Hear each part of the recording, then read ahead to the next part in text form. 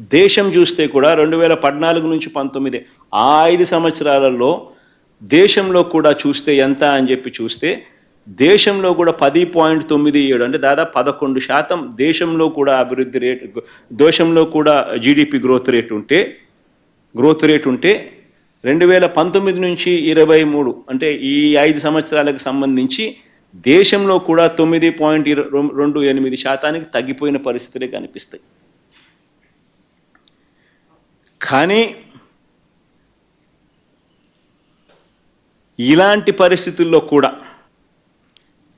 ఇలాంటి ప్రతికూల పరిస్థితుల్లో కూడా కోవిడ్ 2 సంవత్సరాలు ఉన్నప్పటికీ కూడా ఒకసారి గమనించినట్లయితే రాష్ట్ర పరిస్థితి ఒకసారి గమనించినట్లయితే కోవిడ్ ఉన్న 2 సంవత్సరాలలో ఇళ్లలో నుంచి బయటికి రాలేని పరిస్థితిలో ఉన్న ప్రజలు ప్రపంచవ్యాప్తంగా ఏ దేశ ఆర్థిక వ్యవస్థ చూసినా కుదేలైపోయిన పరిస్థితుల మధ్య కూడా 2014 నుంచి 19 మధ్య వృద్ధి రేటు కన్నా 2019 నుంచి 24లో వృద్ధి రేటు మందగించినప్పటికీ కూడా ఇలాంటి పరిస్థితుల్లో కూడా మన రాష్ట్రంలో పారిశ్రామిక వృద్ధి రేటు అంటే ఇండస్ట్రీ గ్రోత్ రేట్, ఇండస్ట్రీ అంటే ఏంది? ఉద్యోగాలు ఇచ్చేది. Mining and quarrying, manufacturing, electricity, construction, ఇవన్నీ కలిపితే industry sector. Manufacturing growth rate, industry growth rate.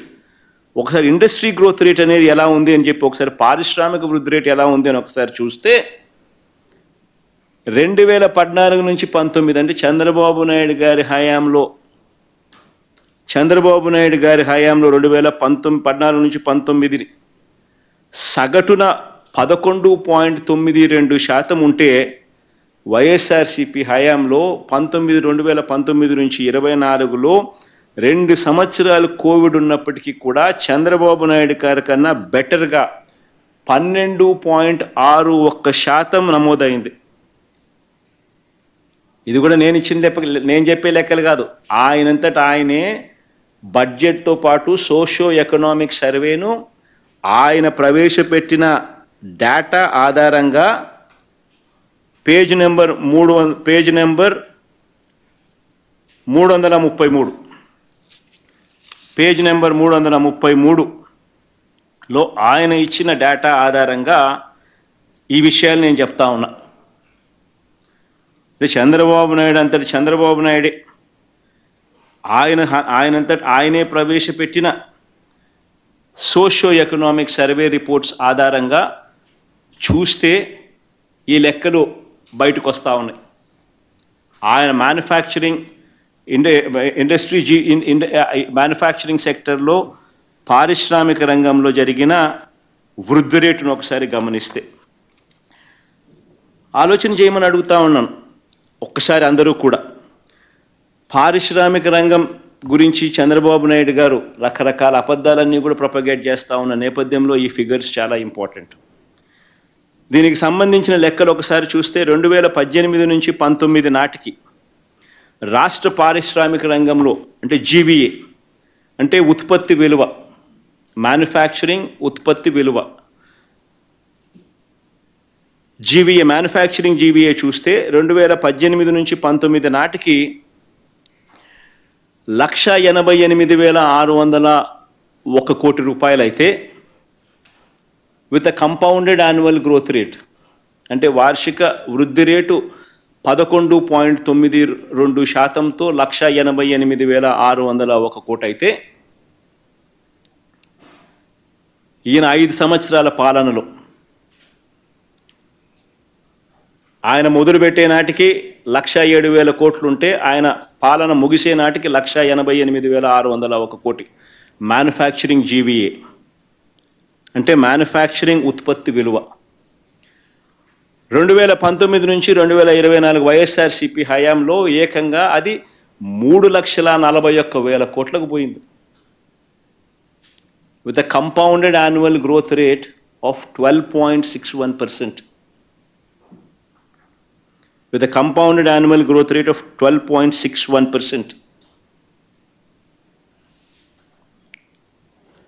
ఇదే దేశంతో కూడా కంపేర్ చేస్తే పారిశ్రామిక రంగంలో మ్యానుఫ్యాక్చరింగ్ జీవీ అంటే ఉత్పత్తి విలువ, ఇండస్ట్రీ ఉత్పత్తి విలువ 2018-19లో దేశంలో 11వ స్థానంలో ఆంధ్ర రాష్ట్రం ఉంటే,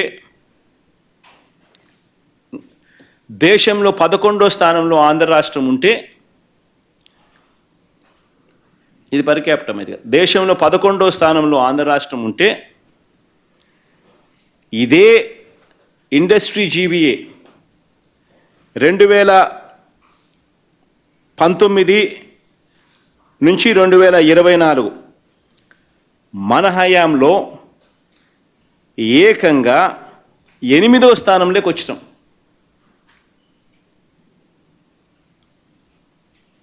పారిశ్రామిక రంగంలో జీవీఏలో 2018-19 సంవత్సరంలో చంద్రబాబు నాయుడు గారి చివరి సంవత్సరంలో దేశంలో మనం 11వ స్థానంలో ఉంటే 1,88,000 కోట్ల రూపాయల జీబీఏతో 2000 మన ప్రభుత్వ హయాంలో 2022-23 హయాంకి వచ్చేసరికి ఏకంగా 3,14,000 కోట్ల రూపాయలతో ఏకంగా 8వ స్థానంలోకి మనం వచ్చాం. 3,41,000